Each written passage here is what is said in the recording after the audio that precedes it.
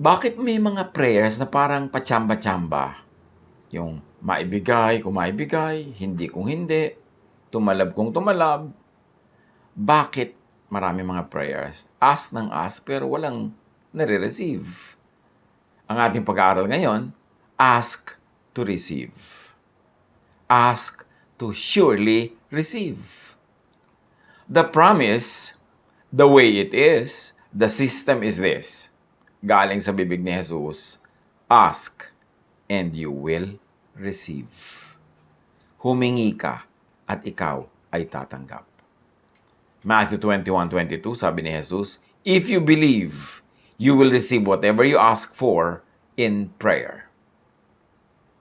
Sa ating mga nakarang pag-aaral, tayo bumabanggit ng mga ilang principles ng physics. At ito'y hinahalin tulad natin, isinasubsume, ipinapailalim, inahanay sa mga katuruan sa Scripture. At nakikita natin na maraming mga parallelism yung mga ganyang mga katuruan. At ngayon, babanggit ulit tayo ng mga ilang prinsipyo ng physics, pero hindi ko na i-define yung mga terms. Napakaraming beses na nating pinaulit-ulit ang definition. So, yung mga nakakatanda, well and good. Yung hindi nakakatanda, well, kahit hindi nyo naman masyadong pansinin ito, mga sasabihin ko na principles of physics, pansinin nyo na lang yung mga verses from Scripture, may mapapala na rin tayo at may mga maiuwing marami mga blessings. O kaya iba, mabuti, mag-review kayo ng inyong quantum physics. Now, sabi ng Matthew 21:22, ulitin ko, if you believe, you will receive whatever you ask for in prayer. Now, sa physics, merong tinatawag na superposition. It says that all possibilities exist at the same time. To collapse the wave to a particular outcome or possibility, information that relates to that outcome or possibility must be extracted by the observer. A mouthful. But yun din ang sinasabi na parang ina-apply niya yung sinabi ni Jesus. If you believe, you will receive whatever you ask for in prayer. And as I said, hindi ko na ulitin ngayon ang mga definition ng physics terms. Believe, what does believe mean? Believe in the giver. Gift. Promise. System. Believe in the natural law that ordains believing and asking will affect materialization. Merong ganun nag-e-exist na law sa universe. Pag nananalig at humihingi, makakamtan ang hinihingi. Lilipat mula sa spiritual world yung hinihingi, pupunta sa material world. Matthew 8:13. Then Jesus said to the centurion, go, let it be done just as you have believed it would. And his servant was healed at that moment. Naniwala yung centurion, humingi siya. Kahit malayo pa sa kinalalagyan nilang dalawa ni Jesus, yung may sakit niyang manggagawa ay gumaling. Merong naiba sa material world dahil merong sumundo mula sa spiritual world nung sagot, nung kagalingan, sinundo ng faith. Sinundo ng asking, sumama, pumunta sa physical world, gumaling ang servant. Matthew 9:27-30, pag-alis ni Jesus doon, sinundan siya ng dalawang lalaking bulag. Sumisigaw sila habang nasa daan, anak ni David, mahabag po kayo sa amin. Nang si Jesus ay nasa loob na ng bahay, lumapit sa kanya ang mga bulag. Tinanong sila ni Jesus, naniniwala ba kayo na mapapagaling ko kayo? Opo, Panginoon, sagot nila. Hinipo niya ang kanilang mga mata at sinabi, mangyari sa inyo ayon sa inyong pananampalataya.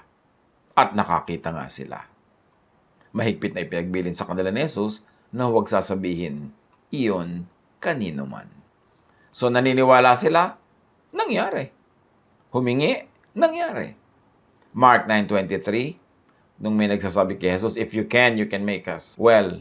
Sabi niya, if you can, Jesus said, everything is possible for one who believes. Pag naniniwala ka, lahat pwede mangyari. At sa physics, mayroong tinatawag na observer effect. It says that the observer's intention to select an outcome depends on the amount of observers trying to extract the same information And it also depends on the intensity of the observation being done. So, yung mataimtim na pananalangin at madalas yung dami ng mataimtim na nagkakaisang nananalangin ay makapangyarihan. As we can see, believing is a conscious, mental, spiritual act. Talagang ang tinasabing nananalig, naniniwala, yun ang laman ng kanyang isip. Yun ang kanyang ginagawa. Yun ang laman ng kanyang imagination. Yun ang kanyang lagi nang nire-replay, ang kanyang ina-advance and forward play sa kanyang utak. Kaya nagaganap. Pag iniisip mo ang isang bagay na nandun sa kabilang daigdig, nasa spiritual world, masusundo mo yun at madadala mo dito sa physical world. Mark 9:24, immediately the boy's father exclaimed, I do believe, help me overcome my unbelief. So meron siyang pananalig pero kulang. Conscious siya doon, kaya humihingi siya ng dagdag pang pananalangin. Mark 11:23, truly I tell you, if anyone says to this mountain, sabi ni Jesus, go throw yourself into the sea, and does not doubt in their heart, but believes that what they say will happen, it will be done for them. Huwag nating ignorin yung sinasabi dato ni Jesus na para bang pakonsuelo, hindi naman totoo, parang talinghaga. No, sinasabi ni Jesus, pag naniniwala ka, mangyayari ang pinaniniwalaan mo. Lalo't sinasabi mo pa yung pinaniniwalaan mo, yan ang magaganap. Mark 11:24, therefore I tell you, whatever you ask for in prayer, believe that you have received it, and it will be yours. Maraming beses na nating ipinaliwanag ito. Yung sinasabi ni Jesus, ano man ang hinihingi mo, dinadalangin mo, paniwalaan mong natanggap mo na, at tapos, tatanggapin mo. Dapat paniwalaan mo muna na natanggap mo na, bago mo talagang tuluyang matanggap. In other words, in your mind, you already believe that it is happening or it has happened. You already believe that you have received it. At pagkalang nasyahan na yung langit, na yung utak mo yun ang iniisip, ang buhay mo yun ang bunga na parang tinanggap mo na, nananalig kang wala kang kaduda-duda, yun ang susundo mula sa kabilang daigdig ng sagot sa iyong panalangin at saka palang matutupad. Pero kailangan iniisip mo na, ini-imagine mo na, namumuhay ka na as if natanggap mo na. Sa physics, yung the observer's intention, called prediction and expectation, collapses matter into a particular wave and selects one possibility from all possibilities. Lahat ng possibilities nandyan pwede mangyari. Pero isa lang ang mangyayari, yung pag-iisipan mo, yung susunduin mula sa kabilang daigdig ng yung pananalig, na yung paniniwala, ng yung imagination, yun ang isang mangyayari among many na pwedeng maganap. At yung sinasabing ask, di ba? Paano ba yung prayer? Sabi, ask. Ask is first, no. How can you ask for something you don't know about? Kaya ang tunay na nananalangin, ang tunay na may pananalig, alam na kung ano ang kanyang pinaniniwalaan, alam niya kung ano ang kanyang gusto, alam niya kung ano ang kailangan niya. Malinaw sa kanya yon. Dapat yung utak kasi involved sa prayer. Kung yung utak mo malabo, hindi mo naiintindihan kung ano yung gusto mo, hindi nga malinaw sa iyo mismo yung gusto mo, paano mo yun mahihingi? So to ask is first know. Be conscious of what you want. Think about what you want. Focus on what you want and connect spiritually with what you want. Kailangan laman talaga siya powerfully ng iyong isip. Yan ang isang malaking misteryo. Bakit pag inisip mo, mangyayari? Bakit pag pinaniwalaan mo, mangyayari? Perhaps because we were made in God's image. At binigyan tayo ni Jesus ng ganong uri ng kapangyarihan. Sabi nga niya, mga ginagawa ko, magagawa nyo. Dahil binibigyan ko kayo ng ganyang kapangyarihan. Luke 18:40-43, tumigil si Jesus at ipinatawag ang bulag. Paglapit ng bulag ay tinanong siya ni Jesus, ano ang gusto mong gawin ko para sa'yo? Panginoon, gusto ko po sanang makakitang muli. Sagot niya. At sinabi ni Jesus, mangyayari ang nais mo. Pinagaling ka ng iyong pananampalataya. Pinagaling ka ng iyong paniniwala. Pinagaling ka ng iyong pananalig. Pinagaling ka ng iyong iniisip. Pinagaling ka ng iyong gusto. Pinagaling ka ng iyong ini-imagine. Pinagaling ka ng iyong pananampalataya. Noon din nakakita ang bulag at sumunod kay Jesus na nagpuri sa Diyos. Nang makita ito ng mga tao, silang lahat ay nagpuri sa Diyos. So, humihiling ka ng kagalingan, kapatid. Naniniwala ka ba talaga na gagaling ka? Iniisip mo ba na gagaling ka? Tinatanggap mo ba sa iyong isip na gagaling ka? Ang iyong paglakad, ang iyong pagkilos, ang iyong ginagawa sa buhay, isa ba yung paghahanda, nagagaling ka na nga? Ang iyong ugali, ang iyong asal, ang iyong salita, nakasang-ayon ba sa ideya na gagaling ka na talaga? Kasi pagka hindi, huwag kang umasa. Kasi yun ang ibig sabihin ng tunay na pananampalataya. Wala kang kaduda-duda, susunduin ng iyong pananalig, yung sagot sa langit, at hindi yun tatanggi, sasama, pagka ang sumusungkit sa kanya ay sungkit ng pananalig. Pero kung ang sungkit mo ang iksi-iksi, ang konti-konti na yung pananiwala sa iyong sariling pagdarasal, paano mo maaabot yung sinusungkit mong bituin? Kailangan makarating sa langit ang iyong sungkit at yung pananampalataya, ang sungkit na yon. Matindi, masidhi, walang duda, dedicated, believing, expecting. James 4:2, you desire, but you do not have, so you kill. You covet, but you cannot get what you want, so you quarrel and fight. You do not have because you do not ask God. Sasabihin ng iba, ask naman po ako ng ask. Tuwing Lunes nga, siyam na Lunes, nag-a-ask ako. Wala na akong tigil ng ka-ask, meron pang fasting. Oo nga, baka nag-a-ask lang yung bibig. Nag-a-ask ka lang sa seremonya, sa ritual, pero to ask is to believe in God. To believe that God can give you what you want. To believe that God will give you what you want. And to believe in a manner of lifestyle na ang kilos mo, parang natanggap mo na. Wala kang pag-aalinlangan. That is what it means to ask. Kaya ginagawa ni Jesus na example yung babaeng balo na hindi niya tinitigilan, binubulaho niya sa pagtulog yung judge para yung kanyang court case, huwag siyang ipatalo ng judge dahil baka siya dayain. Hindi niya tinitigilan, pinuputahan niya araw-araw. Sabi ng judge, naku, kahit hindi ako mabuti, kahit hindi ko labang babaeng ito, matigil na lang siya, ibibigay ko ang gusto niya. Of course, God in heaven is infinitely better than the judge. Hindi naman talaga siya naaabala, hindi siya naiinis. Pero ang point lang dito, pag hindi ka tumigil ng kahihingi at naniniwala ka talaga, matatanggap mo. Iba yung ayaw tumigil kasi akala niya madadaan niya sa dami ng ulit ng paghingi. Pero kung hindi naman siya naniniwala sa kanyang hinihingi, hindi siya naniniwalang ibibigay yun. Kahit magpaulit-ulit siya, hindi madadaan yun sa repetition. Pero yung ulit-ulit na ang pinanggagalingan ay tunay na pananalig, yun ang tumatalab. Mark 10:51, what do you want me to do for you? Jesus asked him. The blind man said, Rabbi, I want to see.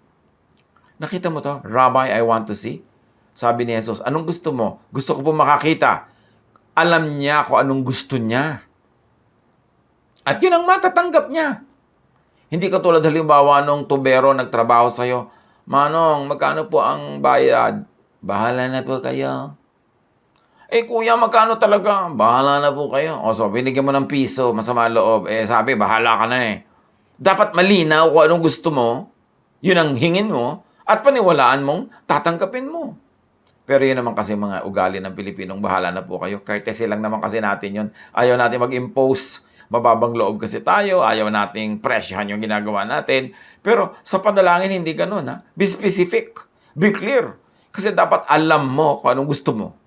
At pag alam mo yon, naniniwala ka, hingin mo, masusungkit mo ang bituin kung may ganong pananalig. Sa physics, yung observation or measurement, na sa spiritual life ay prayer, ang kahulugan, it is needed to collapse a wave of probability into a single possibility. In other words, ang panalangin ay pwedeng makuha niya yung maraming possibilities at madala niya sa mundo as one specific realization of the many possibilities. Ganon ang powerful prayer. You cannot effectively pray for something that is not known to you, that is not clear to you. Mark 10:35-40. Ito isang negative example ng alam ko ano yung ipinapanalangin, alam ko ano yung gusto, at talagang walang humpay sa paghingi. Pero negative example ito. Lumapit kay Jesus sa mga anak ni Zebedeo na sina Santiago at Juan. Sinabi nila, Guro, mahihilingin po sana kami sa inyo. Ano ang may paglilingkod ko sa inyo? Tanong ni Jesus. Sumagot sila, sana po ay makaupo kaming katabi ninyo sa inyong kaharian, isa sa kanan at isa sa kaliwa. Ngunit sinabi ni Jesus sa kanila, hindi ninyo nalalaman ng inyong hinihingi. Hindi ako ang magpapasya kung sino ang mauupo sa aking kanan at sa aking kaliwa. Ang mga karangalang yan ay para sa mga pinaglaanan. In other words, itong magkapatid na ito, alam nila gusto nila, malinaw sa kanila, humingi sila, taimtim ang kanilang paghingi, pero ang sagot, no. Why not? Hindi yun ang will ng Diyos. Remember, sinasabi natin, pag gusto mo, naniniwala, kahingin mo, masusungkit mo, pero meron niyang modifier, meron niya na qualifier, at yun ay kung yun ang kalooban ng Diyos. Pero dahil hindi mo naman laging alam kung anong detalye ng kalooban ng Diyos, edi hingin mo na lang, pero pagka no yung sagot, tanggapin mo. Pero bihira yun, konti yung mga no. Yung talaga lang katulad nito, ang kapal naman nila, hinihingin nila, uupo sila sa tabi ni Jesus wala naman sila nagawang ni ano. So talagang no ang sagot sa ganun. So, pag sinabing pray, isa pa kahulugan yan, say it. Say it with words. Si Jesus naman nagturo na ganung prayer na may words Yung sa Matthew 6:9, sabi niya, this is then how you should pray. Our Father in heaven, hallowed be thy name, etc., etc., etc. So may prayer na sinasabi ng words. Pero maiksi lang yung prayer na yun ay tinuro ni Jesus na may words. Pero ang sinabi niya, pray, which is really think. Dapat think din. Acts 8:24, then Simon answered, pray to the Lord for me so that nothing you have said may happen to me. So you see, yung mga sinasabi, pwedeng tumalab yan. So kailangan ipag-pray mo, ay nawa, huwag tumalab yung sinabi mo. Kasi pinawalan mo na yung salita, baka sunduin yan sa langit yung bituin at masungkit. Yan ang madala dito. So huwag tayong sabi ng mga bagay na hindi naman natin mean o ayaw naman natin talaga o mga pangit na bagay. Kasi pwedeng sumundo rin yon ng katotohanan ng realization from the other world. Think positively. Pray positively. Yung imbes sabihin mong, Diyos ko, huwag naman po sana ako magkasakit, napaka-negative naman yun, sakit yung sinasabi mo. Baka ang madinig ng langit ay sakit. Ay, sakit daw. O dali, sakit. Padala ng sakit. Gawin mo positive. Lord, patuloy niyo po akong pagalingin. Patuloy niyo po akong bigyan ng magandang kalusugan. Huwag niyo naman po akong bibigyan ng mga sakit. Negative Kailangan positive. Think positively. Pray positively. Because God is positive. Mark 11:24, therefore I tell you, whatever you ask for in prayer, believe that you have received it, and it will be yours. But remember, prayer is not only words, prayer is action. So, paano ka nagpe-pray na maghirap? Alam niyo ba na maraming tao nagpe-pray na maghirap sila sa buhay? So, sabi na, hindi ako magpe-pray na maghirap. Pero, absent ka lagi sa trabaho. Action yan. You are asking na matanggal. May mga tanim ka, hindi mo binabantayan. You are asking na mapatay yun ng mga peste o manakaw ng kapitbahay. Meron ka mga pamilyang pinapalaki, inaalagaan. Hindi mo inaalagaan, pinapabayaan mo, sinasaktan mo pa. Actually, pinagpe-pray mong masira ang iyong pamilya. Estudyante ka, hindi ka pumapasok, hindi ka nagbibigay ng mga requirements, hindi ka umaattend ng inyong mga online classes. Actually, ang prayer mo bumagsak ka. Lahat ng ginagawa natin ay prayer. So sabi, whatever you ask for in prayer, believe that you have received it and it will be yours. Kaya kung ang hinihingi ng action mo, ng thought mo, failure, poverty, sickness, at naniniwala ka mangyayari yon kasi ginagawa mo it will be yours. Maaaring ang kalagayan mo ngayon sa buhay, kapatid, kaibigan, kapitbahay, ay bunga ng iyong prayer. Sinagot ng langit. Bakit ko naman po ipagpe-pray na magkahiwalay kami mag-asawa? Yung hindi ka umuwi sa oras. Hindi mo sinusustentuhan. Nambababae ka pa. Sinasaktan mo pa yung asawa mo. Prayer yon na magkahiwalay kayo. Dahil ang kilos ay prayer. And you believe because you're doing it repeatedly. Why will you repeat something you don't believe in? Prayer mo na magkaroon ka ng sakit. Hindi po ako nagpe-pray na magkasakit. Naninigarilyo ka lagi? Inom ka ng alak na nakakasira sa iyong liver? To the point na nai-impair na yung kalusugan mo? Kain ka ng kain ng mga bawal kainin, tumataas ang presyo ng iyong dugo, tumataas ang iyong blood sugar, nagpe-pray kang mamatay. And it will be answered. Ang ginagawa natin, iniisip natin, ay prayer. Hindi lang yung pipikit ka, bla bla bla bla bla bla. Hindi lang yun ang prayer. Madalas nga, hindi dinidinig yung prayer na yun. Sabi nga ni Jesus, don't think that you will be heard for your many words. When you pray, do not be like the unbelievers who utter many kinds of senseless words.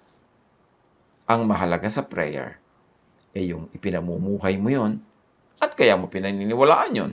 Thought, action, mental state is belief. And you receive what you believe. So what you think of, what you do, what you always linger in your mind, or what you allow to linger in your mind, is your belief. It is what will happen. Matthew 5:27-29. Nabalitaan ng babaeng dinudugo ang tungkol kay Jesus, kaya nakipagsiksikan siya hanggang sa makalapit sa likuran ni Jesus. At hinipo ang damit nito sapagkat iniisip niyang, mahipo ko lang ang kanyang damit. Gagaling na ako. Agad ngang tumigil ang kanyang pagdurugo at naramdaman niyang magaling na siya. Sa physics, measurement is an act of observation. Measurement is an act of prayer. Yung paghipo niya, paglapit niya, it's an act of measurement. It's an act of observation. It is prayer by itself. So sa prayer, ang mahalaga rin imagine. Imagine it. Yung gusto mong maganap, hinihiling mo, imaginein mo na nangyayari na sa iyong buhay. Acts 3:3-8. Nang makita nito si Pedro, nung lalaking lumpo sa paanan ng templo, sa pintuan, nang makita nito sina Pedro at Juan na papasok sa templo, siya humingi ng limos. So ang iniisip na itong lalaki, limos, pera, barya. Tinitigan siya ng dalawa at sinabi ni Pedro sa kanya, tingnan mo kami. Mukha ba kami may pera? Sabi niya, tumingin nga siya sa kanila sa pag-asang siya ililimusan. Ngunit sinabi ni Pedro, wala akong pilak o ginto. Siguro nawalan siya ng gana dahil pera ang ini-imagine niya pera. Ngunit may iba akong ibibigay sa'yo. Napatingin na naman siya. Sa pangalan ni Jesucristo taga Nazaret, tumayo ka at lumakad. Pansinin niyo to ha. Pera ang ini-imagine, limos ang ini-imagine nitong pulubi. Pero ipinaiba ni Pedro ang i-imagine niya. Sabi niya, imaginein mong nakatayo ka at naglalakad. Yan ang ilaman mo sa utak mo. Pag in-imagine mo yan, na-conceive mo yan, magiging prayer mo yan. Sabi niya, tumayo ka at lumakad. Imagine it, believe it, and you will receive it. Hinawakan niya sa kanang kamay ang lumpo at itinayo. Nunday lumaka sa mga paa at bukong-bukong ng lalaki. Palokso itong tumayo at nagsimulang lumakad. Pumasok siya sa templong kasama nila habang naglalakad at lumundag-lundag na nagpupuri sa Diyos. Pansinin niyo yan ha. Sabi ni Pedro, huwag pera ang imaginein mo. Kasi kahit pera ang imaginein mo at nagkapera ka ngayon, bukas wala na uli yan. Ang imaginein mo, magaling ka. Imaginein mong nakatayo ka, imaginein mong naglalakad ka. At alam niyo kung bakit nakalakad ang lalaki? Yun ang inimagine niya.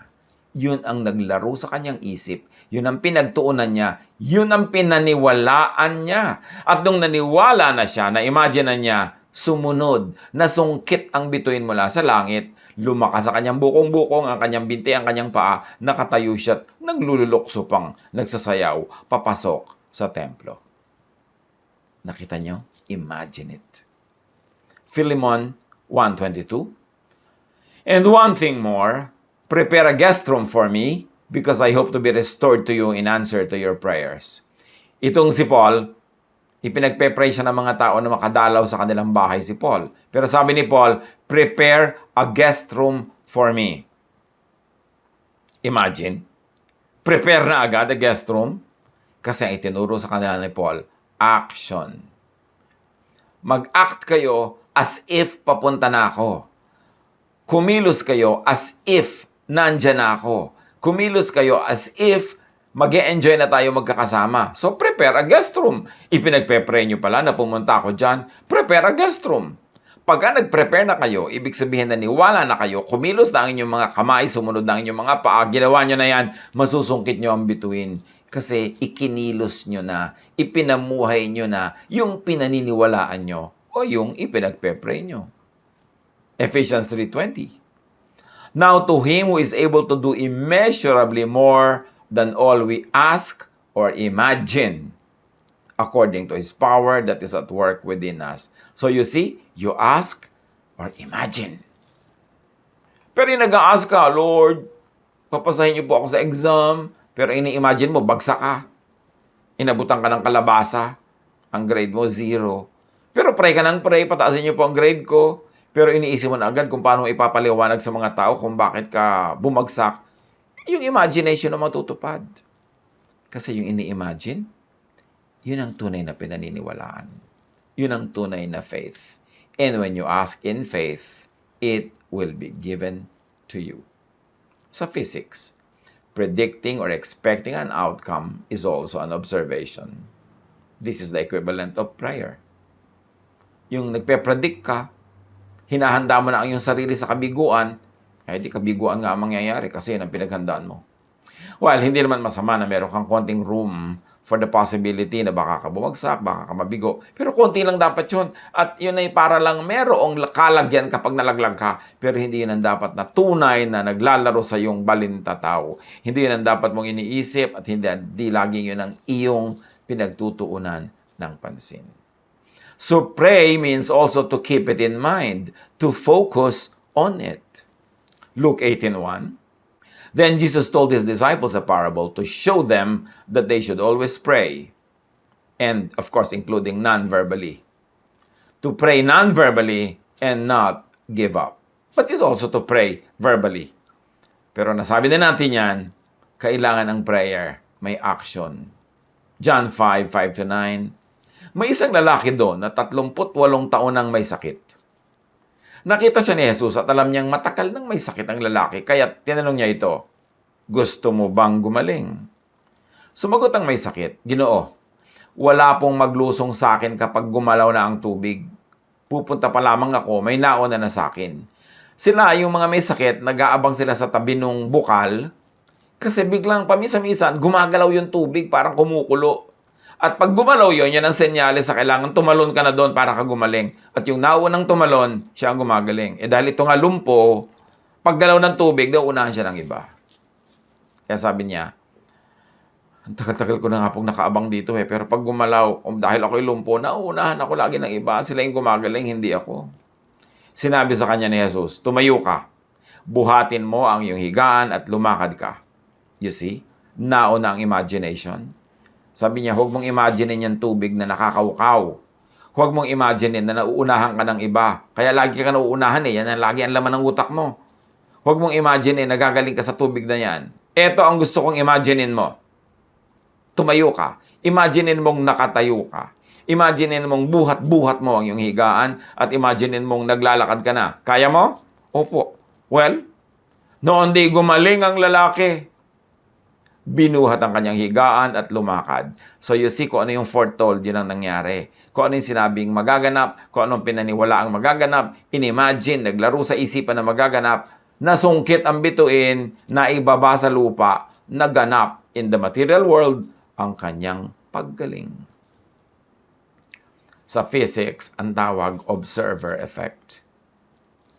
The intensity of the observation being done will increase the collapse of the wave into a definite state, into wellness, if you like to think of prayer. So it's very important to believe that you are heard by God, accommodated, and granted what you ask for. Mark 11:24, therefore I tell you, whatever you ask for in prayer, believe that you have received it, and it will be yours.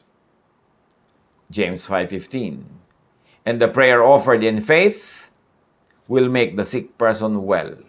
The Lord will raise them up. If they have sinned, they will be forgiven. Believe.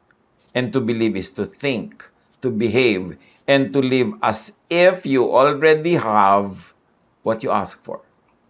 Therefore, the fruits, the effects of receiving, will already show in your thoughts, words, actions, dealing with self, others, and the world, in your whole lifestyle. Luke 1:13, but the angel said to him, do not be afraid, Zechariah. Your prayer has been heard. Your wife Elizabeth will bear you a son, and you are to call him John. Samantalang, tumanda na nga sila, hindi pa nagkaanak.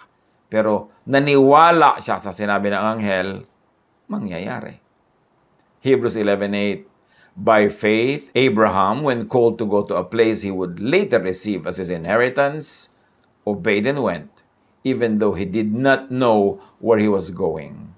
So you see, obedience is very important.